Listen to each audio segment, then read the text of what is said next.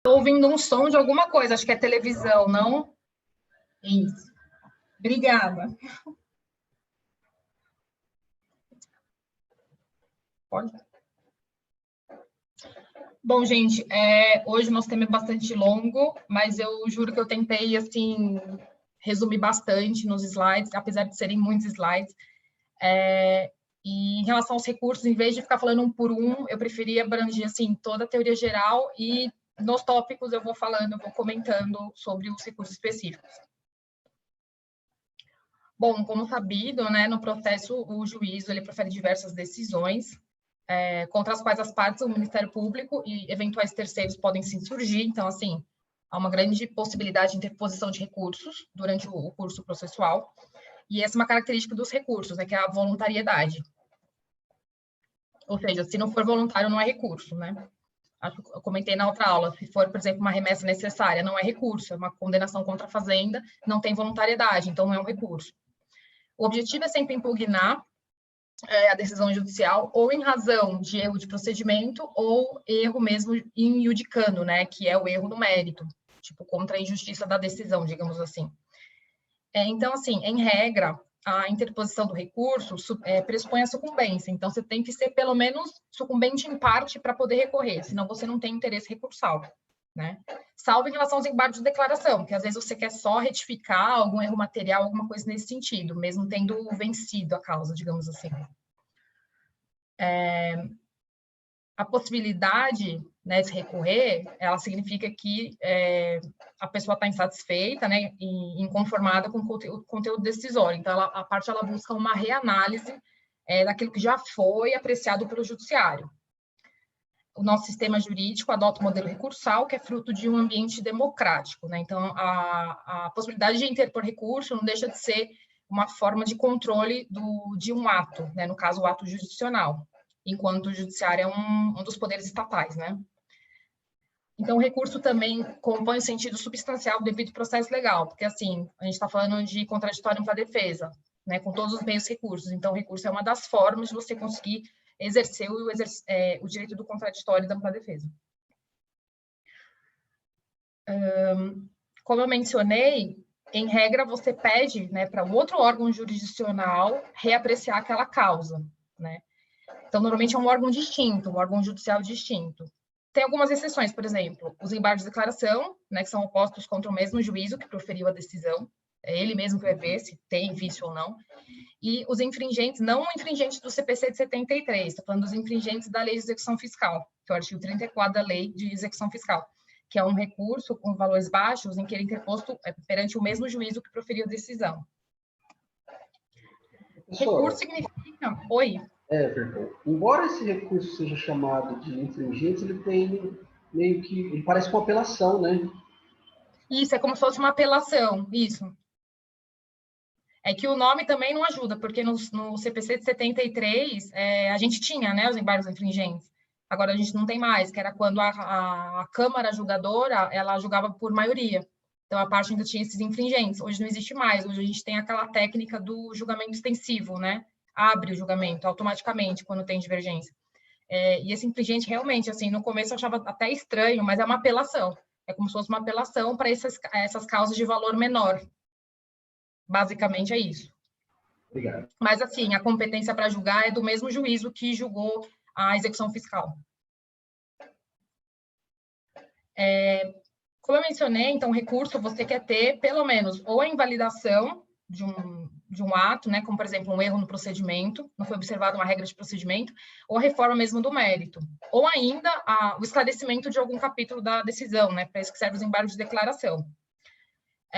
Assim, o recurso, ele serve para impugnar decisões judiciais, né? Então, assim, são as decisões, são os atos praticados pelo judiciário no exercício da sua função típica.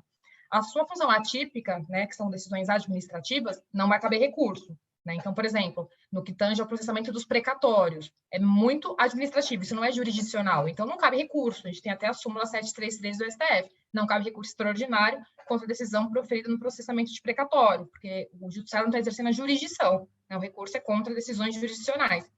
Da mesma forma, a súmula 673 do STF, não cabe recurso extraordinário contra um acordo de TJ que defere um pedido de intervenção estadual em município. É completamente fora, não é jurisdicional isso.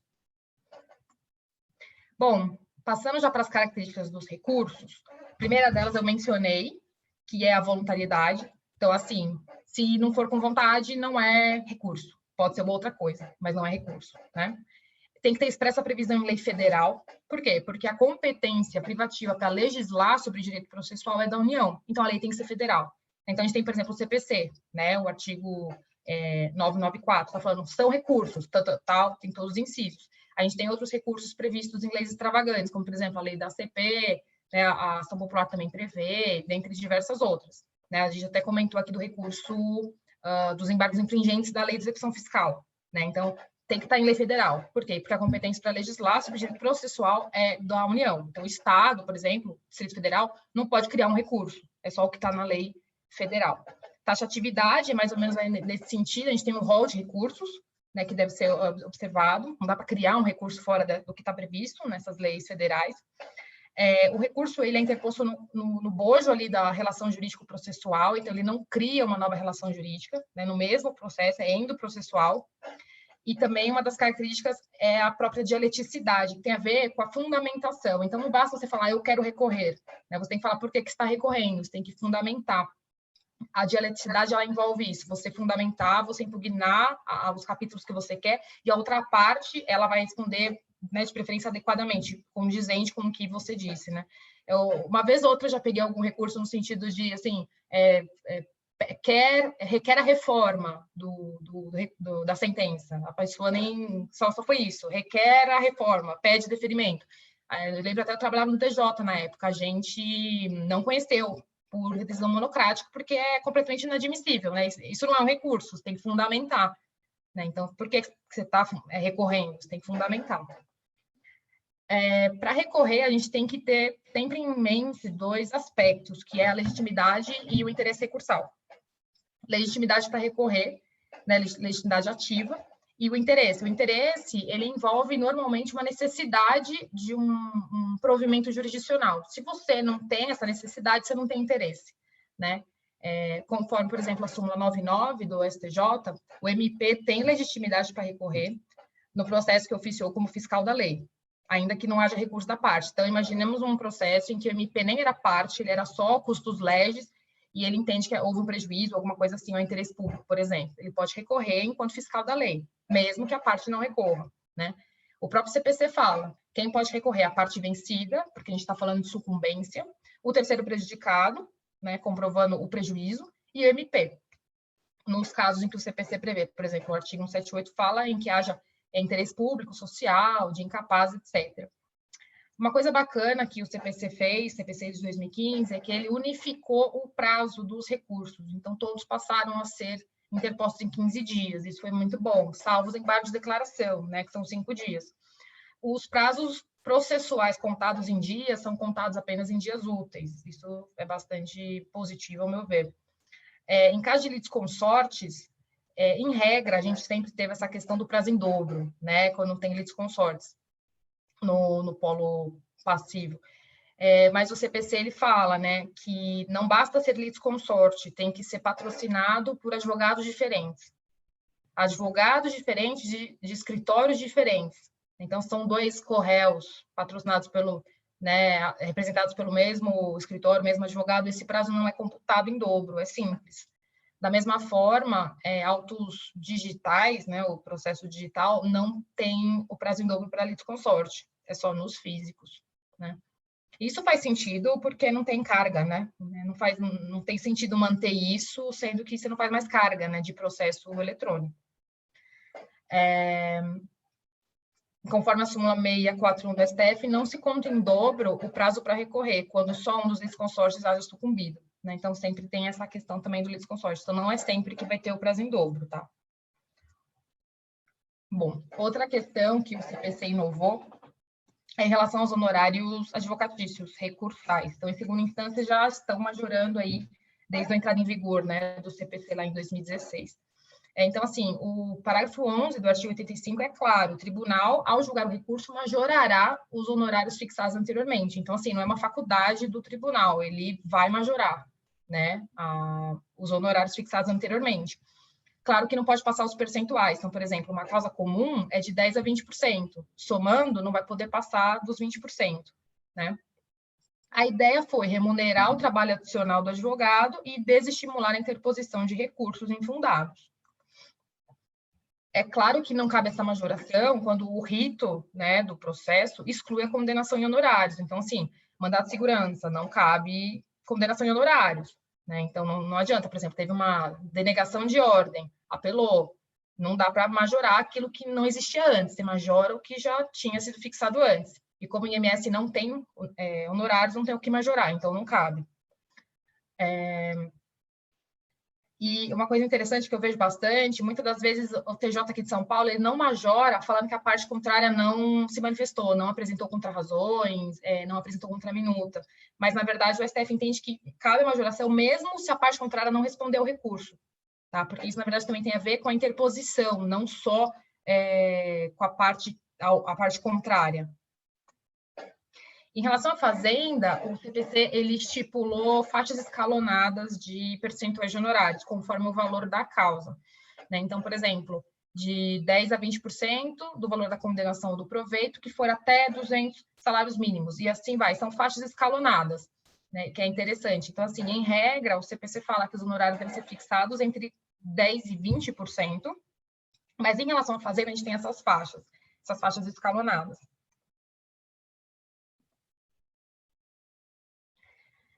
O STJ já falou, né, teve muita polêmica no começo, mas que não cabe fixação de honorários em embargos de declaração, tá? Até porque eles servem apenas para, em tese, né, aperfeiçoar a prestação jurisdicional.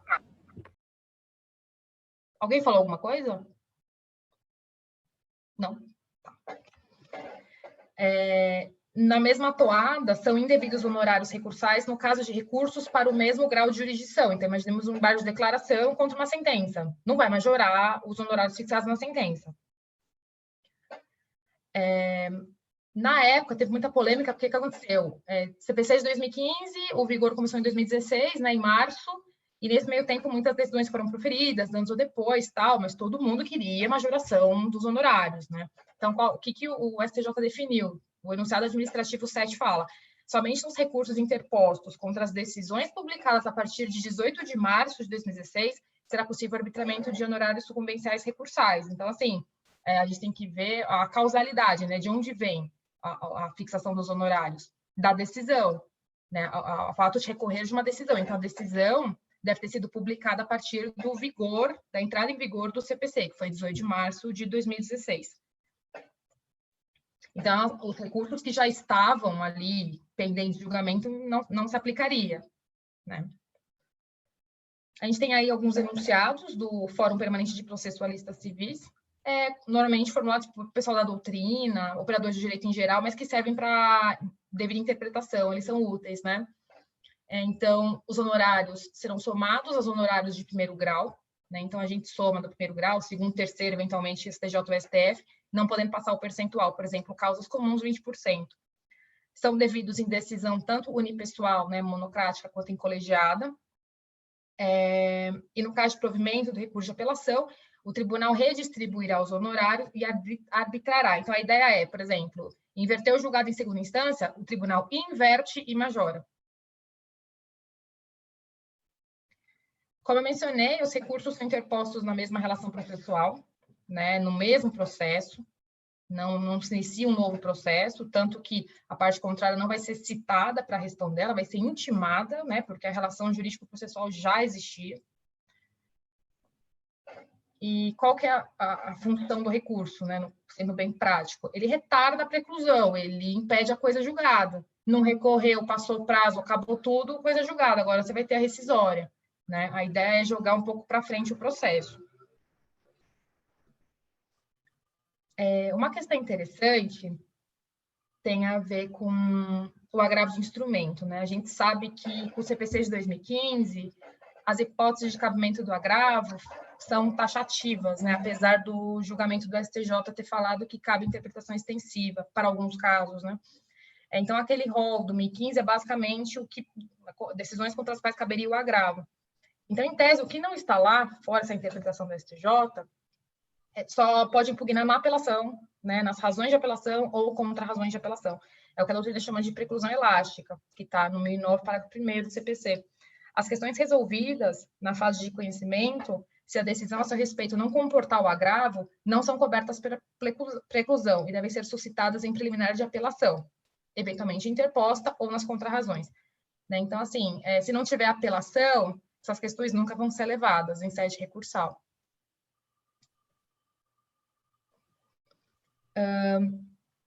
Interessante falar também que o CPC prevê que, em regra, os recursos não têm efeito suspensivo. Então, em regra, a decisão pode ser, ao menos provisoriamente, cumprida, né? Salvo um efeito automático que a própria lei conceda, ou se o julgador entender que é caso de conceder o efeito suspensivo, por exemplo, né?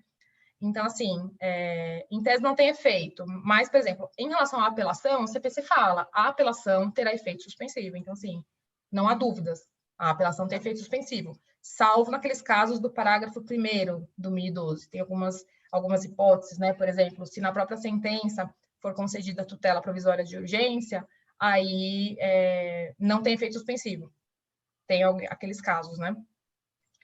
E, ao mesmo tempo, além da previsão legal, o CPC também prevê a possibilidade do julgador dar esse efeito, né, conforme 995, parágrafo único do CPC. Então, assim, a eficácia da decisão pode ser suspensa por decisão do relator. Se tiver dano grave, de difícil reparação, né, e ficar demonstrada a probabilidade de provimento do recurso. É basicamente uma tutela mesmo provisória de urgência, como se fosse o artigo 300 do CPC aplicado na instância recursal. Coisa julgada, a gente tem 2 tipos, coisa julgada formal e a material. A material é a soberana, né? Não cabe mais a discussão da decisão de mérito, não cabe mais recurso, né? A partir daí, só uma ação rescisória em 2 anos da última decisão do processo, né? Do trânsito da última decisão, ou uma querela nulitate, se for o caso. Formal tem a ver com as sentenças terminativas, né? Quando o pronunciamento judicial não obsta que a parte proponha de novo ação. Então, faltou, por exemplo, uma legitimidade, faltou algum interesse, alguma coisa ali, a via eleita foi inadequada, né? É uma sentença terminativa, então cabe a repropositura corrigindo os vícios, né, anteriores. Como eu mencionei, por exemplo, em casos comuns, né, 15 dias úteis para recorrer, né, por exemplo, uma apelação. Se passou esse prazo e não teve o recurso, a gente tem a preclusão temporal. Então, esse recurso não cabe mais, né?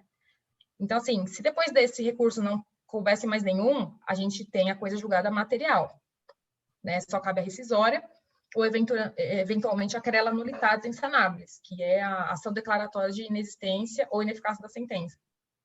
Que é aqueles casos em que o vício é tão grave que a gente não pode nem falar em preclusão ou coisa julgada, né? Às vezes a relação jurídico-processual nem se informou, por exemplo, a parte não foi citada, recebeu uma condenação, enfim.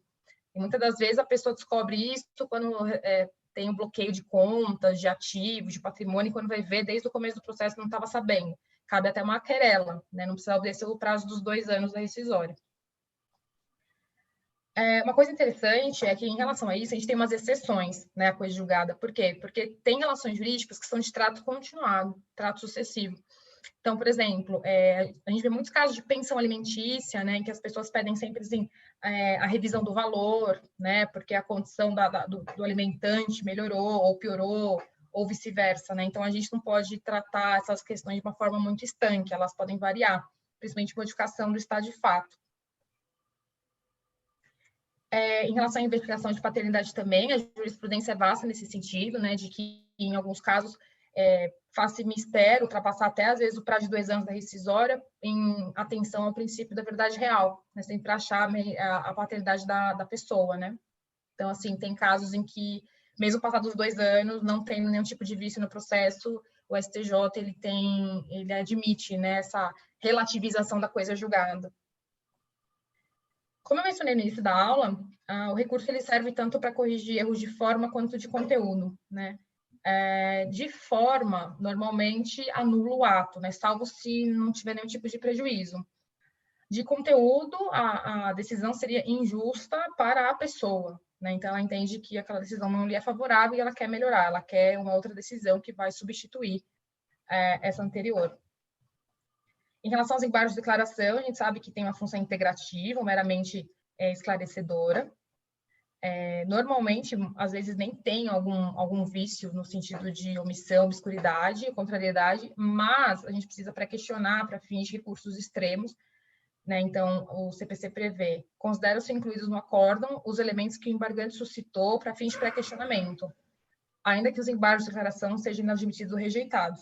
Então, às vezes você fala no seu embargo de declaração alguns artigos que não são mencionados pela Câmara, né, julgadora, mas eles bastam que estejam na sua petição, né? É o tal do pré-questionamento ficto. Em regra, a gente não pode inovar no recurso, né? Em regra, você não pode levar uma coisa para o tribunal que você não falou até então, salvo algum fato novo, um fato constitutivo, modificativo ou extintivo do direito que possa influenciar. Né? Então, fatos novos acontecem, coisas acontecem, né, que podem reverter, alterar o julgamento. Questões de ordem pública, né, que são cognoscíveis de juízo de ofício pelo magistrado, então, assim, decadência, prescrição, pressupostos processuais, condições de ação, essas questões de ordem pública, elas são alegáveis a qualquer tempo, em qualquer grau de jurisdição, tá? Então, pode levar, por exemplo, uma primeira vez, uma ilegitimidade para uma apelação, por exemplo, ou embargo de declaração em segundo grau, você fala, descobri que é parte legítima por esse outro motivo, né? Só toma cuidado com os recursos extremos, né? O extraordinário e o especial, porque apesar de questões de ordem pública poderem ser cognoscíveis a qualquer tempo, a gente tem o pré-questionamento como requisito para esses recursos subirem, né? Então, se não mencionou antes, fica difícil. Então, às vezes, um embargo de declaração já ajuda. Bom, em relação ao sistema de interposição, em regra, os recursos são interpostos perante o órgão judicial anterior, né? Aquele que proferiu a decisão. É um instrumento que é interposto diretamente perante o tribunal. Então, normalmente, assim, uma apelação você dirige para o juízo de piso, né? E hoje em dia, pelo regime do CPC, o juiz ele apenas recebe administrativamente, assim, sem nenhum tipo de sentido jurisdicional, nada, não recebe nem os efeitos, né? Quem faz isso é o Tribunal Superior, e ele intima a parte contrária para responder. Depois disso, junta e manda para o tribunal, tá? O de instrumento não, agravo instrumento, ele vai direto para o tribunal. Há ainda alguns recursos que são interpostos e julgados em um mesmo órgão, como os embargos de declaração, né? E os infringentes da lei de execução fiscal, que a gente mencionou. No CPC de 73, quem fazia o juízo prévio de admissibilidade era o juiz de piso. Então, o juiz ele já mandava para o tribunal com os efeitos que ele tinha dado, né? O devolutivo, que é regra, sempre tem, e, eventualmente, o suspensivo. Com o CPC de 2015, como eu mencionei, o órgão de piso, né, primeiro grau, ele apenas faz o processamento do recurso, porque o juízo de admissibilidade cabe ao tribunal, né? Então, o CPC fala, 1010, parágrafo 3º, os autos serão remetidos ao tribunal pelo juiz, independentemente do juízo de admissibilidade, ou seja, ele não faz o juízo de admissibilidade, quem faz é o tribunal, esse é o relator ali, né, da Câmara. Como eu mencionei, em regra, os recursos não têm efeito suspensivo, salvo se estiver previsto na lei ou se o relator, né, o juiz, ele conferir esse efeito. No caso, a apelação terá efeito suspensivo, é o que o CPC mesmo diz, né? Salvo aqueles casos do parágrafo 1º do artigo 1012. Então, que fala, né, começa a produzir efeitos. Então, ele tem um rol de matérias, né, casos em que a apelação não terá efeito suspensivo, de modo que pode haver o cumprimento provisório, né, da sentença. E pode haver também o pedido de concessão de efeito suspensivo, como eu disse. Vamos pensar aí, você recorreu, seu recurso ainda não foi distribuído, está naquele, né, período entre a interposição e a distribuição. Você faz esse pedido, essa é uma petição avulsa, né, em apartado de efeito suspensivo, e o relator ao qual foi distribuída fica prevento para julgar a apelação. Ou você já direciona direto para o relator, né, quando a apelação já foi distribuída. Uma coisa que mudou bastante, não sei se vocês recordam, mas quando o CPC foi aprovado, depois já teve um recall, né, já teve uma outra lei logo depois que alterou algumas coisas, né, e foi muito engraçado, porque, assim, antes, a apelação, por exemplo, quem recebia e dava os seus efeitos, enfim, era o juiz de piso, passou a ser o tribunal, né? E fizeram a mesma coisa em relação aos recursos extremos, ao STJ e STF. Então, os recursos seriam recebidos lá em cima, né? Então, aí deve ter batido um grande desespero, né? Imagina o STF e o STJ fazendo admissibilidade. E aí, no caso, teve essa reforma, a Lei 13.256, logo depois, que tirou essa parte, né? Então, quem faz a admissibilidade do recurso especial extraordinário é o tribunal, né, o inferior, que é, por exemplo, o TJ de São Paulo, o TRF, enfim. Tanto que tem uma unidade só para isso, né, de processamento de recursos. Mas é curioso que muito pouco tempo depois já teve essa mini reforma, né?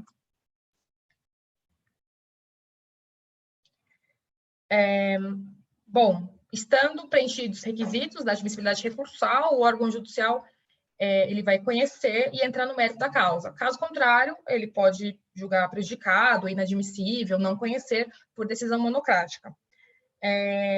O 932, parágrafo único, é muito interessante porque ele dá 5 dias, né, que tipo, o magistrado deveria dar 5 dias para a parte regularizar alguma coisa informal, né, não pode ser, por exemplo, complementar razões, mas sanear algum vício, né, para que o mérito possa ser conhecido.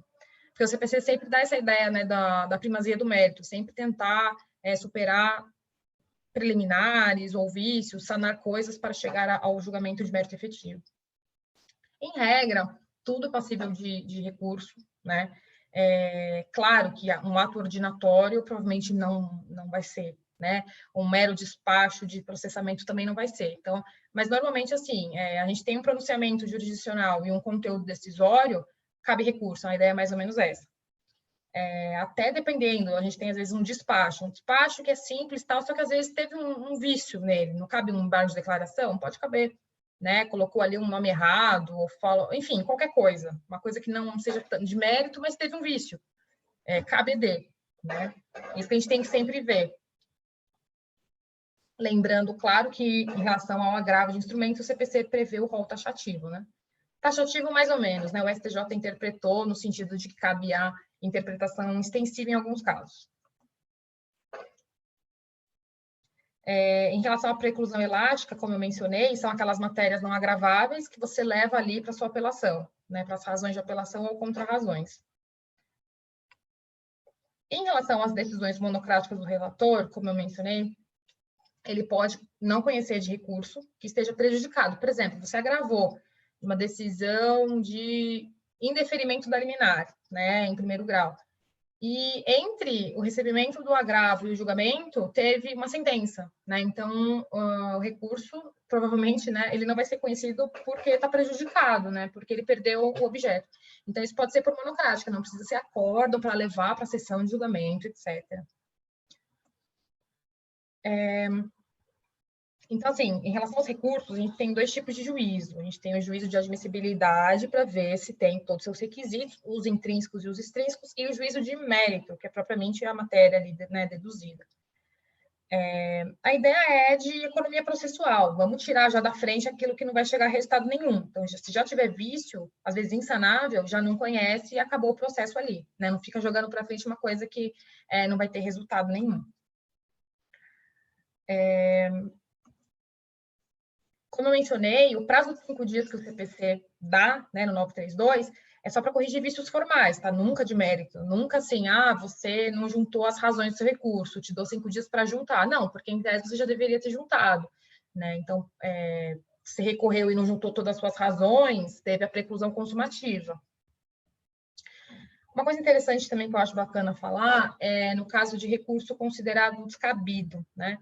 A gente sabe que tem o princípio da fungibilidade recursal, que prevê assim, se o erro não for grave, né, não for um erro crasso, o judiciário ele pode receber aquele recurso como se fosse outro. Porque às vezes mudou o nome, às vezes pegou a peça de um, modelo de outro, mas em tese parece o recurso certo, né, na verdade. Então, assim, qual que é a ideia? Eu até coloquei aqui, eu não sei se está nesse... Acho que mais para frente, mas assim... A fungibilidade recursal, ela se aplica nos seguintes casos: não pode ser erro crasso e deve ter havido uma dúvida objetiva, né, em relação ao cabimento. Antes do CPC de 2015, acontecia muito, por exemplo, em ação civil pública por ato de improbidade administrativa, às vezes o juiz ele extinguia o processo em relação a um litisconsorte, então ele tirava um réu, ele excluía um réu. E, às vezes, o recurso contra essa decisão era a apelação, né? O ideal mesmo seria agravo, né? Mas o STJ chegou a decidir esses casos falando que, embora seja o agravo o correto recurso, pode haver apelação no sentido de que, para aquela pessoa, o processo acabou, né? Então, às vezes, o Ministério Público apelava porque, em relação àquela pessoa, aquele réu, o processo havia se extinguido.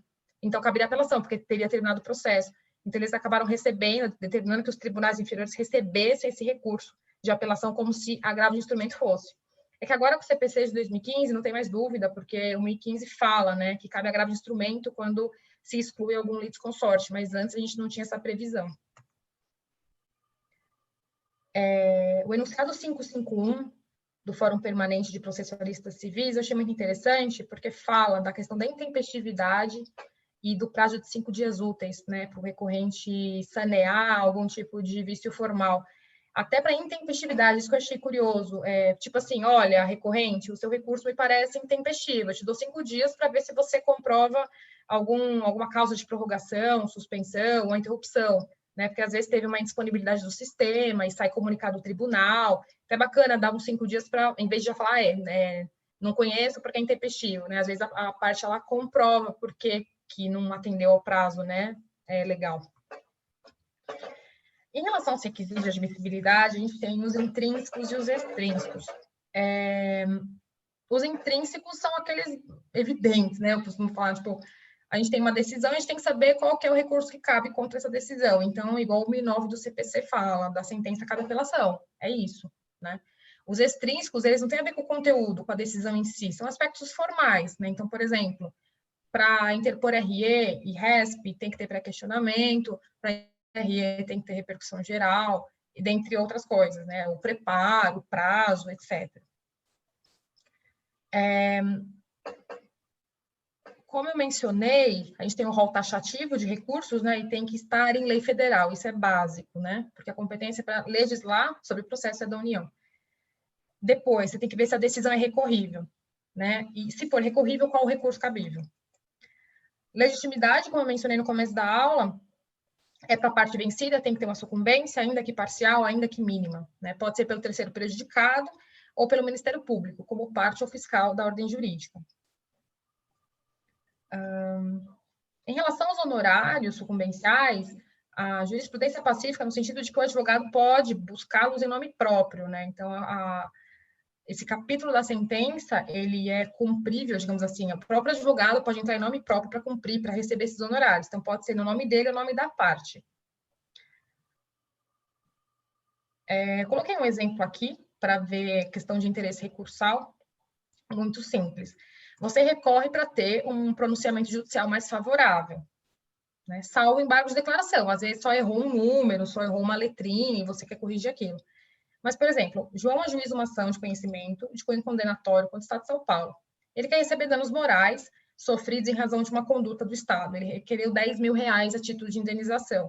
O magistrado deu 15 mil. Ele poderia recorrer dessa decisão? Em tese, falar, imagina, né, levou mais, praticamente, melhor para ele. Mas, assim, processualmente, ele poderia apelar para evitar um eventual prejuízo, uma eventual declaração de nulidade posterior, porque a sentença foi ultra petita, ela deu mais do que a pessoa pediu, né? E a gente tem o princípio da inércia jurisdicional, inércia dispositiva. Em tese, o juiz ele se conforma com os termos da petição inicial, ele não pode ir além disso. Então, a parte às vezes pode preferir já recorrer e falar, não, eu falei 10, você não pode dar 15, do que chegar lá na frente, no tribunal ou no cumprimento, e entenderem que realmente foi ultra petita. Às vezes anula o processo inteiro, volta tudo e vai demorar mais para ele receber esse dinheiro. Outro exemplo. João ajuiza uma ação de conhecimento contra Pedro. O processo foi extinto sem resolução do mérito.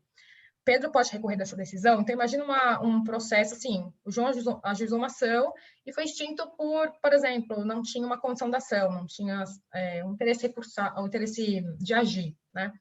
O réu, na verdade, você fala, não sofreu com isso, que bom, porque para ele foi bom. Na verdade, ele pode recorrer, porque o ideal, o que é? É um provimento, né? É uma prestação jurisdicional de mérito. No caso, para o Pedro, seria a improcedência, né? Mais favorável do que uma resolução sem mérito, porque ele vai poder ser demandado novamente. Então, é mais interessante receber uma improcedência, né, para o réu do que uma extinção de processo sem julgar o mérito. Em relação às sentenças homologatórias, em regra não cabe recurso, porque o juízo está homologando aquilo que as partes fizeram, né? As partes só pedem para homologar, salvo se a homologação ela ultrapassou os limites desse acordo, dessa transação.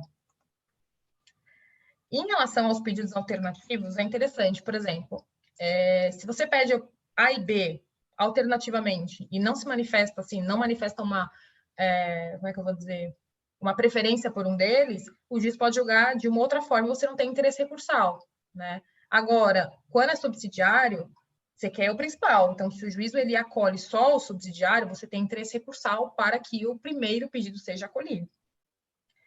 Em relação aos requisitos extrínsecos, a gente tem a tempestividade, né, que é cumprir o prazo legal para a interposição do recurso, o preparo, que tem a ver com as custas, a regularidade formal, né, por exemplo, o recurso deve ser escrito, né, salvo recurso no juizado especial, que reduzem a termo, né, pode ser verbal, tem que ser escrito.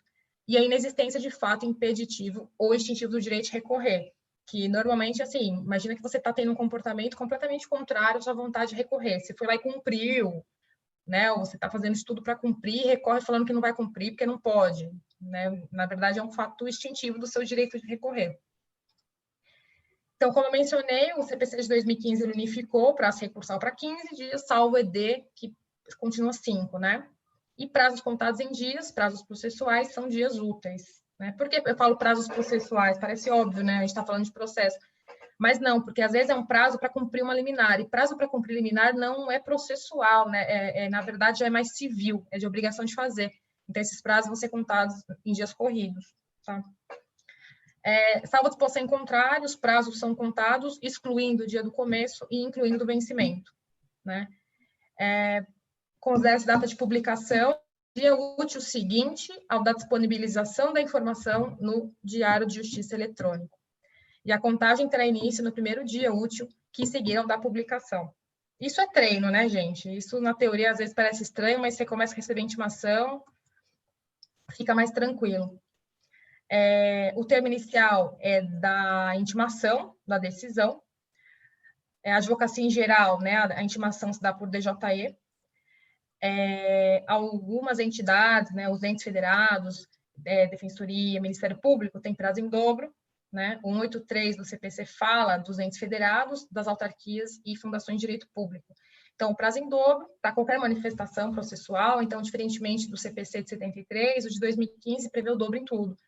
O de 73, por exemplo, o prazo para contestar era quádruplo, né? Então, agora é dobro.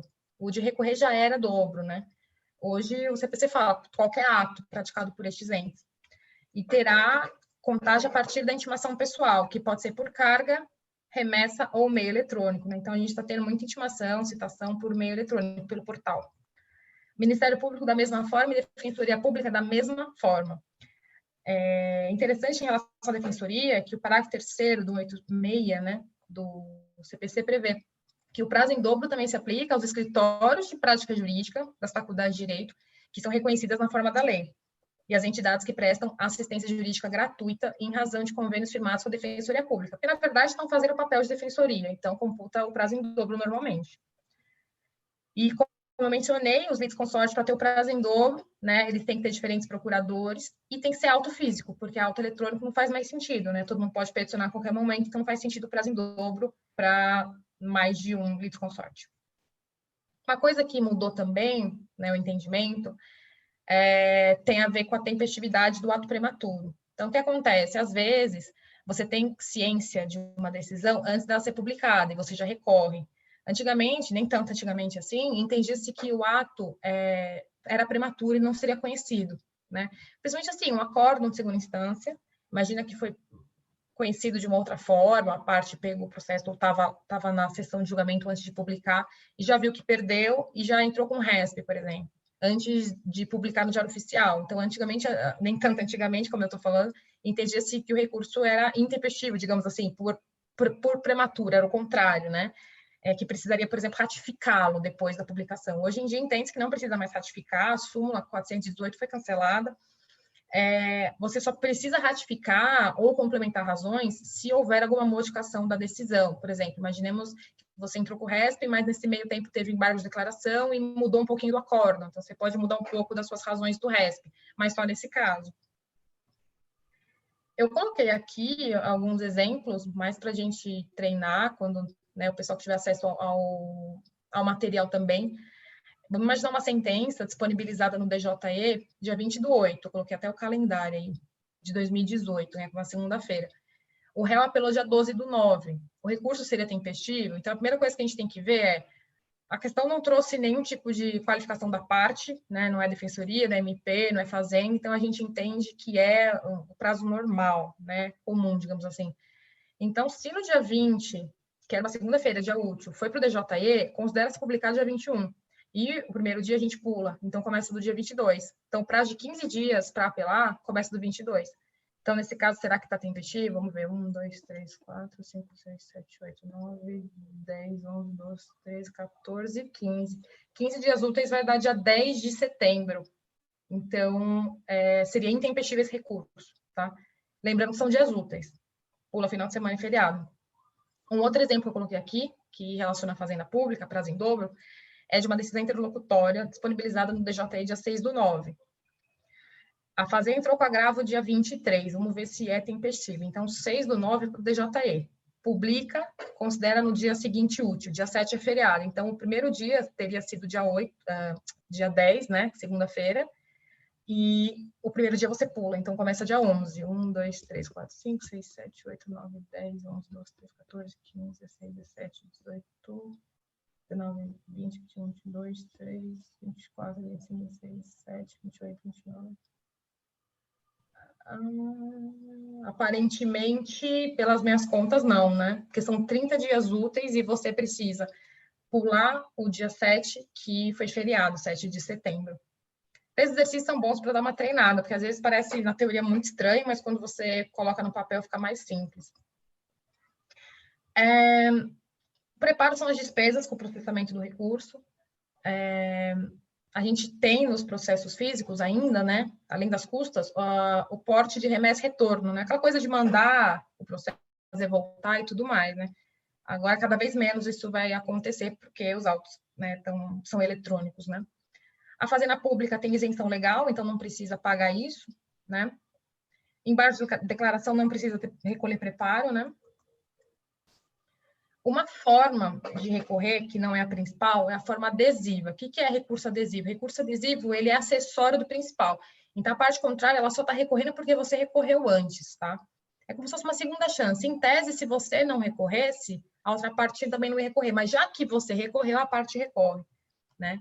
O problema disso é que se o recurso principal não for conhecido, o seu também vai para o beleléu, né? Então, é uma relação de acessoriedade. Não tem autonomia. Em relação à falta de recolhimento do preparo, se a parte não recolheu nada, só protocolou o recurso, não recolheu nada, vai ser intimada para pagar em dobro. É a chance que ela vai ter, sob pena de deserção, ou seja, o recurso não vai ser conhecido por falta de preparo. Se o recolhimento for insuficiente, em vez de pagar R$200, pagou 100, a pessoa vai ser intimada, né, o advogado, para supri-la em 5 dias. Então, você tem que emitir uma nova guia e juntar no processo.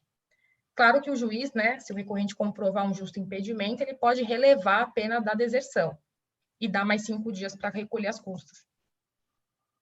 Você comprova o pagamento do preparo no ato da interposição do recurso, em regra é isso, salvo algum erro, alguma coisa, algum justo impedimento que você prova para o juiz que você recolheu no dia, mas só conseguiu juntar depois. Como eu mencionei, em relação à regularidade formal, em regra os recursos são escritos, né? Salvo essa exceção que a gente tem no juizado especial, que pode ser oral, né, e o pessoal do cartório, o serventuário, ele vai reduzir a termo, né. A Lei 9.800, olha só, né, prevê a possibilidade de recurso por fax, né, mas também, obviamente, escrita, né, escrita por fax. E o STF, STJ, enfim, o judiciário, né, não equipara e-mail a fax. Então, assim, não cabe recurso por e-mail. Não adianta, vai levar para a secretaria, vai chegar no ofício o e-mail, o recurso não vai receber. Então, fax pode, e-mail não. As razões no processo civil, elas devem acompanhar o recurso, diferentemente do penal, se eu não me engano, tem um prazo para juntar as razões, né? E as razões devem ser juntadas na sua totalidade, né? Como eu mencionei. Então, em regra, você já junta tudo ali. Não adianta falar, mas agora eu me lembrei de um argumento que eu não coloquei, preclusão consumativa. O que o recorrente tem que fazer nas razões? Ele tem que impugnar especificamente os fundamentos da decisão recorrida.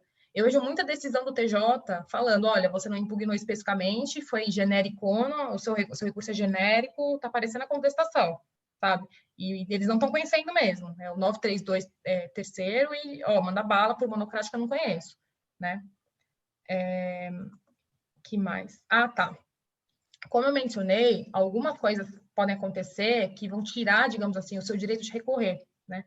Então, por exemplo, se você renunciou, né, ao seu direito de recorrer, aqueceu a decisão, você não pode renunciar e depois interpor recurso. Se você renunciou, principalmente expressamente, né, você não vai poder entrar depois, falando que desistiu. Ou quando você entrou com recurso, você pode desistir depois, isso acontece bastante, né? Por exemplo, a parte, ela entrou com recurso, mas ela obteve o ganho em primeira instância, ou conseguiu extrajudicialmente, ela pode desistir, e não depende da parte contrária, tá? A parte contrária não precisa concordar com o pedido. Então, como eu mencionei, o recurso principal, ele é independente e o adesivo depende do principal. Se o principal não for conhecido, o adesivo também não vai ser. E o recurso adesivo só cabe em 3 hipóteses, que é apelação, recurso especial e o extraordinário. Normalmente, o que eu vejo muito é, por exemplo, a parte autora ganhou e o réu recorre, apela. Às vezes, a parte autora, ela recorre na forma adesiva só por uma questão, por exemplo, assim, ela pede a majoração dos honorários, ela aproveita o recurso da parte contrária, ela entra com o dela na forma adesiva só para pedir uma majoração de honorários, por exemplo, né, sem ter de recolher custa para isso.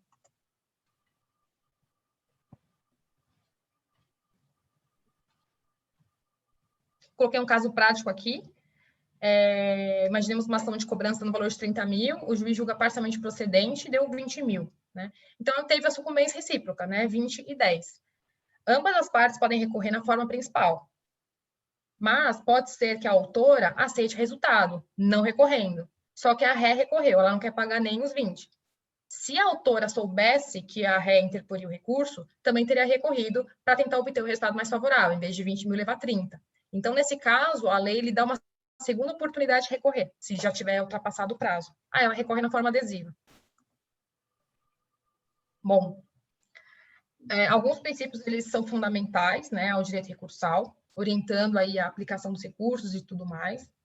A taxatividade, como eu mencionei, então, assim, tem que ter isso claro, né, é só em lei federal e tem que estar num rol, né, estados não podem criar recurso, os tribunais não podem criar recurso, isso é regimento interno, então é só mesmo aquilo que está em lei. Princípio da singularidade, unicidade ou unirrecorribilidade. Em regra, cabe um recurso por decisão, né? Não cabe mais de um. Em regra, é um recurso correto para uma decisão, né? Mas tem algumas exceções, né? Que seriam, imaginemos um despacho denegatório de um RESP e de um RE. Acontece muito isso, né? A gente pega direto, assim, o presidente da sessão, né, do TJ, por exemplo, ele fala, olha, eu não conheço do RESP porque essa parte da decisão está com fórum repetitivo e dessa outra parte eu não conheço pelo óbice da súmula 7, porque tem que reexaminar fatos e provas. Em relação ao repetitivo, cabe o agravo interno. E em relação à parte das provas, outras questões, cabe o agravo em RESP. Então, vão ser 2 recursos contra a mesma decisão. Então, tem essas exceções, caberia, né? Ou quando um acórdão tem uma parte que cabe RESP e outra cabe RE. É muito comum, né? Acórdão de segunda instância, a gente recorrer tanto para o STF, tanto para o STJ, né? Então, são 2 recursos contra a mesma decisão. Cabe também, por exemplo, saiu, por exemplo, uma sentença. Você pode apelar e opor embargo de declaração ao mesmo tempo. Isso acontece bastante também.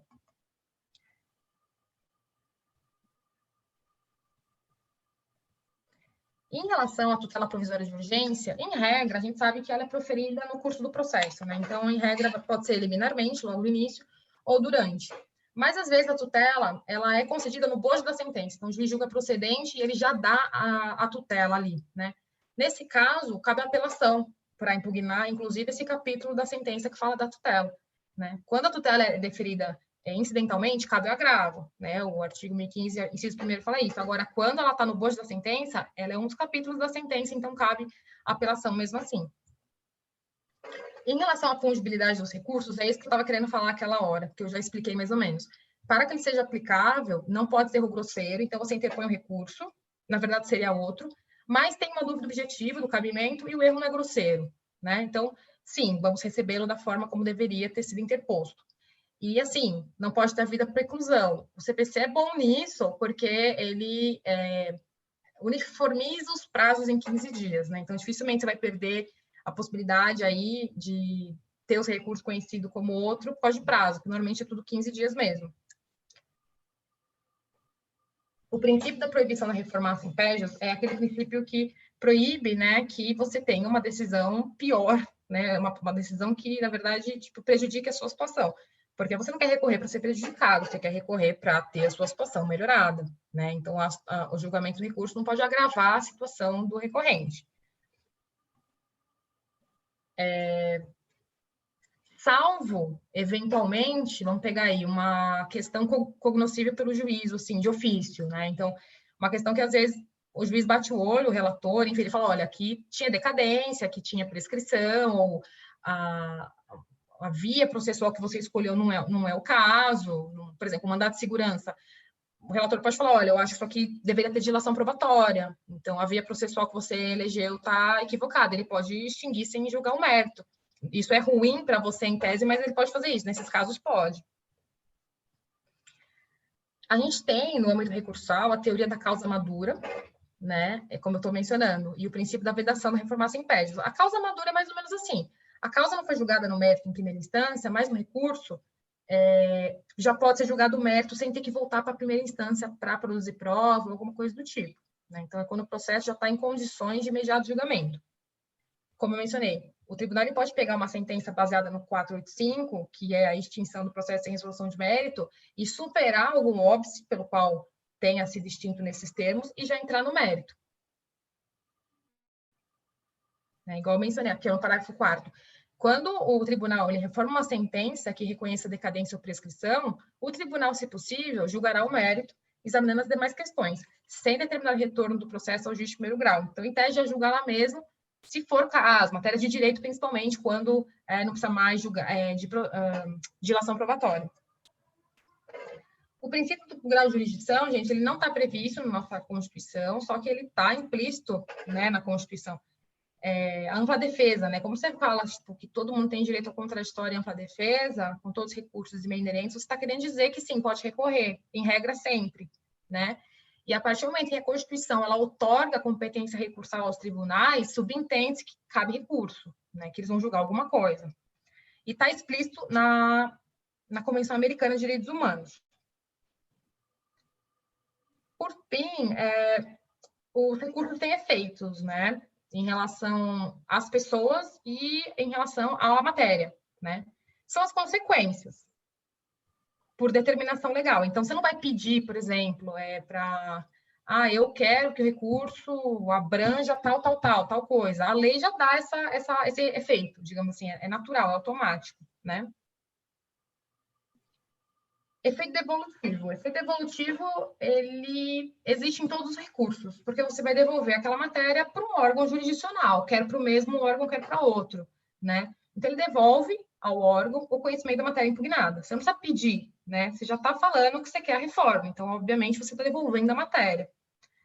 É da natureza dos recursos, né? Então, não existe um juiz falando, eu não vou receber o recurso no efeito devolutivo. É claro, ele vai ter que receber, né? Pelo menos um devolutivo.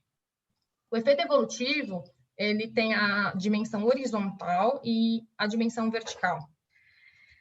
A dimensão horizontal é no sentido da extensão, né? A parte recorrente que vai mencionar a extensão das matérias que pretende que sejam reexaminadas, né? Tanto o devoluto quanto o apelato. É um limite ao julgador, que ele só pode reexaminar aquilo que foi falado no recurso. A gente tem uma inércia jurisdicional, a gente tem que entender que o Poder Judiciário está ali para ser provocado, ele não pode agir na sua vontade, né? Salvo matéria de ordem pública, claro, né? Tem matéria que não precisa da parte falar. Em relação à dimensão vertical, tem a ver com a profundidade, tem a ver com os fundamentos de defesa, enfim. Então, assim, o efeito devolutivo horizontal é o que está sendo levado para o tribunal. O vertical é o que fundamenta essas questões. Então, são os fundamentos que embasam essas pretensões. Um exemplo aqui, por exemplo, o juiz extinguiu o processo sem resolver o mérito, porque ele viu que não teve citação válida. E se não teve citação válida, né, um pressuposto processual de existência do processo, então extingue sem julgar o mérito. O autor apelou e o tribunal, entendendo ter havido citação válida, pode adentrar diretamente o mérito se não for necessária a produção de provas em primeira instância. Ou ainda, o juiz proferiu uma sentença extra petita, sendo parte da decisão de natureza distinta da requerida. Né? Extra petita é quando dá uma coisa que não foi pedida. O ultra petita é quando deu a mais do que foi pedido. Nesses casos aqui, a gente vê que o efeito devolutivo é maior, né? Porque a gente está aplicando a teoria da causa madura, bateu no tribunal, ele superou aquele óbice da primeira instância, do julgamento sem resolução do mérito, e ele vê que já dá para entrar na causa mesmo, no mérito, ele mesmo julga e já pega, né, o que ele acha, o que ele entender que é o caso e já aplica. O efeito suspensivo, ele não é automático, como a gente viu. Normalmente, ou ele vai estar na lei, por exemplo, a apelação, né? A apelação tem efeito suspensivo, o legislador já previu isso, ou você pode pedir para o relator, ou para um desembargador enquanto não for distribuído o recurso.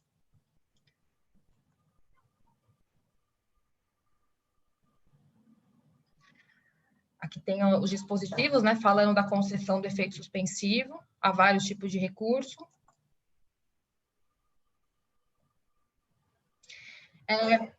Então, a gente falou do efeito devolutivo, a gente falou do efeito suspensivo, agora vamos falar do translativo. Translativo, o que é, né? É aquilo que a gente falou. O judiciário, ele pode adentrar questões de ordem pública e você não precisa pedir. Né? Então, às vezes, vai te prejudicar, você recorrente, mesmo sem você ter pedido. Porque é uma questão cognoscível pelo juízo. Né? É uma dimensão vertical do efeito devolutivo, é mais forte. O efeito expansivo é quando a questão objetivo-subjetiva julgada, ela se expande para outras pessoas que não são as partes ou para outras questões que não foram objeto do recurso, né? Por exemplo, até coloquei aqui litigantes que não tenham recorrido, porque às vezes é uma questão que está completamente, por exemplo, litisconsórcio unitário, que é quando a decisão é igual para todos, né? Às vezes só um litisconsórcio recorre, mas como é unitário, os efeitos dessa decisão, né, do acórdão, vão para todos os litisconsórcios. É mais ou menos isso que o efeito expansivo quer dizer.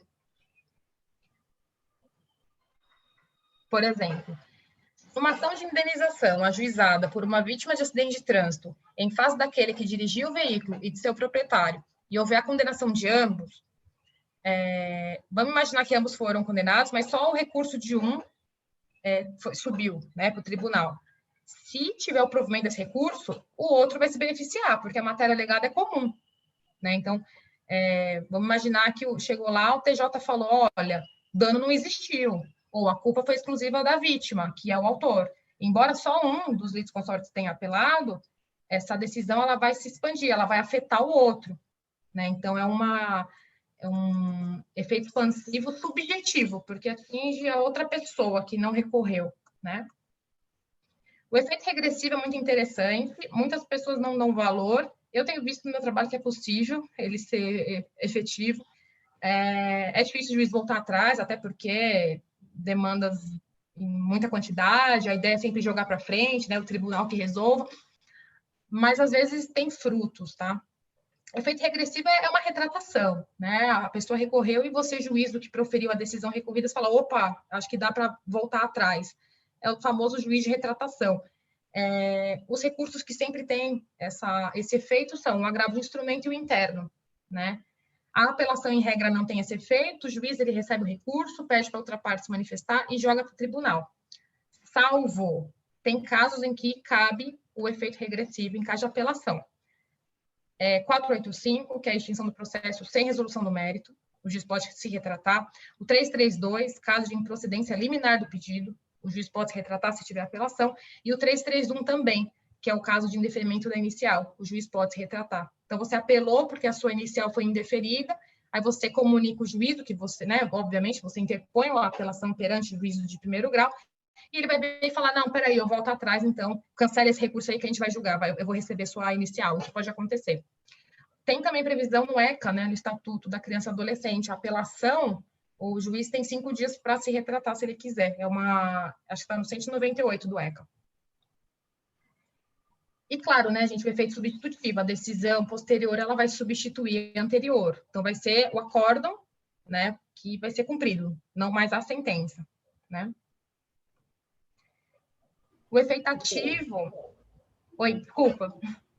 Nesse caso do efeito substitutivo, ainda que o acórdão apenas confirme a sentença passa a fazer parte integrante dele, né? Ou seja, ainda assim substitui. Perguntando se o acórdão mesmo mantendo substitui a sentença. Sim. Aquele acórdão mais simples, que fala, mantenho a sentença em seus termos, pois que correta, acertada.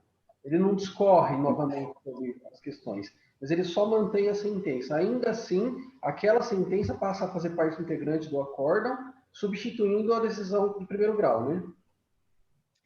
Isso, como está mantendo, e não falou muita coisa, né? Tipo, 252, é como se somasse, é como se fosse uma soma, né? É mais ou menos isso, até porque, imagina, que seria um absurdo você falar mantém a sentença e o que vale é o dispositivo ali, que, né, não vale nada, assim, não vale nada, você entendeu, né? Não tem detalhe, né, da matéria. Nesse caso, sim. Mas pode ser que mantenha a sentença e mude algum aspecto ali, por exemplo, majora uma multa ou muda algum prazo, aí substitui no que for diferente, entendeu? Mesmo mantendo, se tiver alguma coisa diferente, aí substitui. No resto, abrange, é como se você estivesse somando as decisões, né? Obrigado. Não, imagina. O efeitativo, o CPC não fala, né, efeito ativo. Na verdade, é uma antecipação da tutela recursal.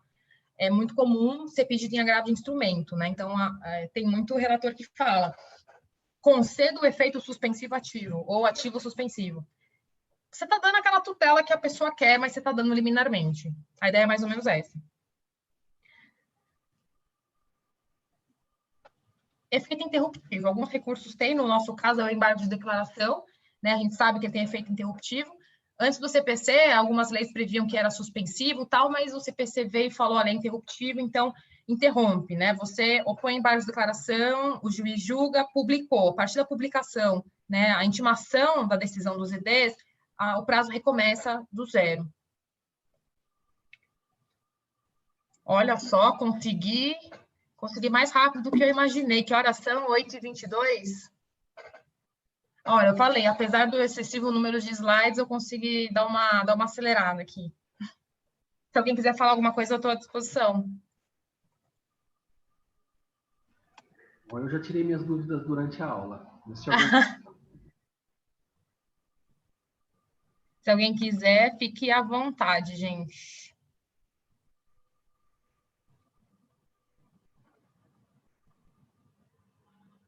Galera, alguém?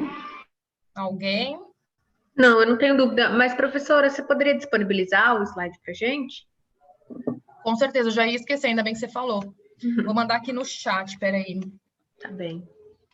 Professora, eu vou até falar, eu não ia falar, mas eu vou falar de um caso, que foi até porque eu fiz aquela pergunta anterior. Eu tive um caso prático aqui, em que houve uma sentença, mas na verdade era JEC, né? JEC não, ainda era Juizado da Fazenda. A turma recursal, em recurso nominado, manteve a sentença. Aí o juiz, na execução, no cumprimento da sentença, mandou anular tudo. E assim, por conta de valor de alçada, mandou anular tudo. E a turma recursal, aí entrei com agravo de instrumento, né? A turma recursal modificou tudo de novo. E assim, já com trânsito em julgado, tudo. Agora eu mandei para um recurso extraordinário. Eu até hoje não consegui entender. Eles literalmente mudaram tudo, ignorando o trânsito em julgado. Peraí, é que no começo da sua explicação travou aqui para mim. Você só volta o comecinho, só para eu tentar acompanhar. Vamos lá. Foi um processo de obrigação de fazer no GF. E eram obrigações continuadas. Por conta disso, no momento da liquidação de sentença, ultrapassou... Vai vestir super bem. E eu separei alguns aqui. E ultrapassou o teto do Jeff. Só que, tendo ultrapassado, já isso era um despacho que foi dado no cumprimento de sentença. Nesse momento já havia trânsito em julgado, inclusive de acórdão em recurso nominado, e o juiz de primeiro grau mandou anular a sentença, acórdão, mandou anular tudo, por uma decisão interlocutória. Aí, o juiz tendo feito isso, eu entrei com agravo de instrumento. Voltou para a turma recursal. A turma recursal deu uma outra decisão ainda, anulando tudo também, mas com uma outra fundamentação, que inclusive não era objeto do meu pedido. Agora eu tive que entrar com um recurso extraordinário. Só que assim, não sei, parece que eles fazem o que querem em relação ao trânsito julgado, recurso. É curioso você falar isso, porque hoje eu ainda estava comentando exatamente assim, o que eu pego muito, que também eu falo, gente, não tem o menor sentido. O que acontece? Eu mexo com a saúde, né, na PGE. Então, a pessoa entra, às vezes ela está pedindo um medicamento X, né, uma insulina, alguma coisa diferente, e dá um valor da causa, assim, 10 mil reais.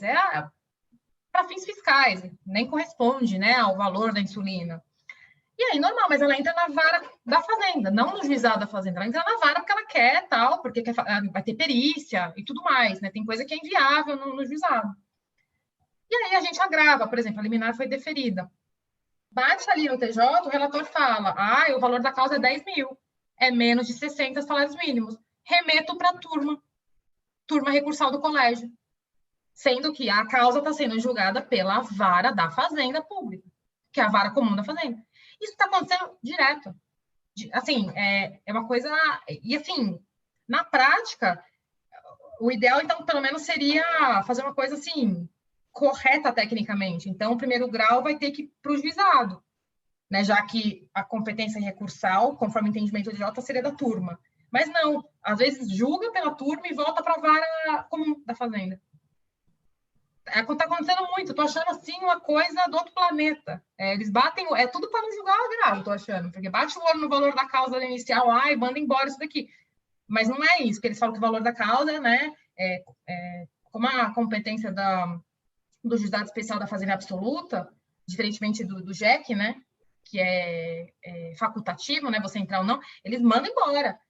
E eu tenho embargado bastante, falando que não é só o valor da causa que influencia, né, a fixação da competência. Você tem outras questões, por exemplo, questões de perícia às vezes delicada, alguma coisa que no juizado você não tem como. No máximo você vai ter aquele exame técnico que não ajuda muita coisa, né? Então, está acontecendo muito isso. Às vezes, medicamentos de altíssimo custo, às vezes a pessoa está pedindo canabidiol, né, que demanda perícia, demanda coisa que, imagina, no juizado, igual, então, assim, eles mandam embora por causa do valor da causa, né? Então, é igual você está falando, imagina, estão tentando, esse caso seu é bizarro, né? Já acabou o processo, já foi tudo, você está cumprindo, não, o valor da causa, não faz sentido mesmo. Mas só por uma dúvida, você interpôs o RE com base em que artigo? Foi violação à coisa julgada, né? Artigo 5º, 36. Você colocou esse mesmo? Foi, eu tive que trabalhar com ele. Na verdade, eu peço para anular tudo, não houve outro pedido de mérito, mas só anular todas essas decisões que vieram após o trânsito julgado, né? Que viola a coisa julgada. E detalhe, quando foi dada entrada na ação, foi no juízo comum. Eles que fizeram a remessa para o GF. Não foi distribuída ação no GF. O juiz da vara comum remeteu para o GF. Nossa. Então, terrível. É o que a gente fala, né? Cada juiz tem um CPC próprio, parece, né? E coisa julgada ficou só na doutrina, viu? Porque tudo é relativizável, né? É que depende quem e para quem. Pois é, agora a gente começa a ter medo de GF, de JEC, Juizado Especial Federal, a gente tem medo de tudo isso aí, porque virou várzea, né? Virou. Tudo pode, né? Tudo desfaz tudo aí e volta atrás. Como assim? Não existe isso, né? Obrigado, viu, professor? Imagina. Eu vou compartilhar aqui o slide antes que eu esqueça. Se alguém quiser falar mais alguma coisa.